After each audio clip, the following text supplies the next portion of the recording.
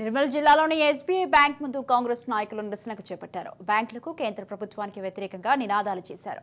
వివిధ రాజకీయ పార్టీలకు ఎలక్టోరల్ బ్రాండ్ రూపంలో అందించిన దాతల వివరాలు వెల్లడించాలని డిమాండ్ చేశారు. మార్చి 6 లోపు బ్యాంకు వారు వివరాలు వెల్లడించాలని సుప్రీంకోర్టు ఆదేశాలు జారీ చేశారు. ఆయన జూన్ 30 వరకు కోర్టును గడువు అడగడం అనుమానాలకు తావిస్తుందన్నారు.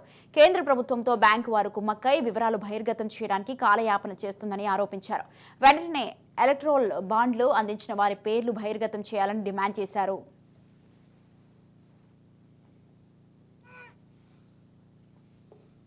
అయితే ఆ బాండ్లు స్వీకరించారో, బాండ్లు తీసుకున్నారో, బాండ్ల రూపకంలో డబ్బులు చెల్లించడం జరిగిందో వాళ్ళందరి వివరాల్ని ఏ రాజకీయ పార్టీకి ఇచ్చిన వాళ్ళైనా కానీ అన్ని రాజకీయ పార్టీలకు సంబంధించినటువంటి దాతల వివరాల్ని మరి బహిరంగతపరచాలా 6 మార్చి లోపల అని చెప్పి సుప్రీంకోర్టు ఈ దేశ సర్వోన్నత న్యాయస్థానం తీర్పిచ్చిన తర్వాత మరి అత్యంత ఆధునిక వ్యవస్థతో వేలాది బ్రాంచులతో భారతదేశంలో కోట్లాది మంది ప్రజల నమ్మకాన్ని చూరగొన్నటువంటి ఎస్బీఐ బ్యాంకు మరి ప్రజల విశ్వాసంపై గొడ్డలి పెట్టుగా సుప్రీంకోర్టు తీర్పును కాలరాస్తూ కేంద్ర ప్రభుత్వానికి వత్తాసు పలికే విధంగా, కేంద్ర ప్రభుత్వం కోరుకున్న విధంగా కేంద్ర ప్రభుత్వము ఎస్బీఐ, బీజేపీ, ఎస్బీఐలు లోపాయికారి ఒప్పందం చేసుకొని కుట్రపూరితంగా మరి 6 మార్చి నాడు ప్రకటించాల్సినటువంటి బాండ్స్ తీసుకున్న వాళ్ళ జాబితాను ప్రకటించకపోవడం సిగ్గుచేటైన విషయం అని చెప్పి ఎంతో అత్యాధునిక మరి వ్యవస్థ ద్వారా బ్యాంకు నిర్వహిస్తున్న విషయం అందరికీ తెలిసిందే.